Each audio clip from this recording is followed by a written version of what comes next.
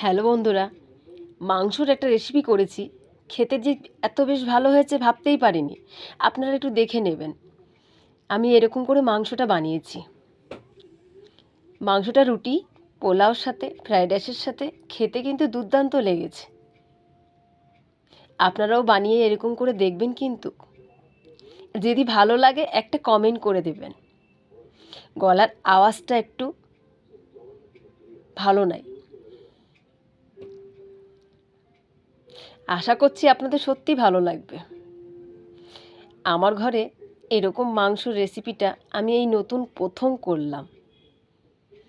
জানি না, এখনও পর্যন্ত এর নাম দিতে পারলাম না।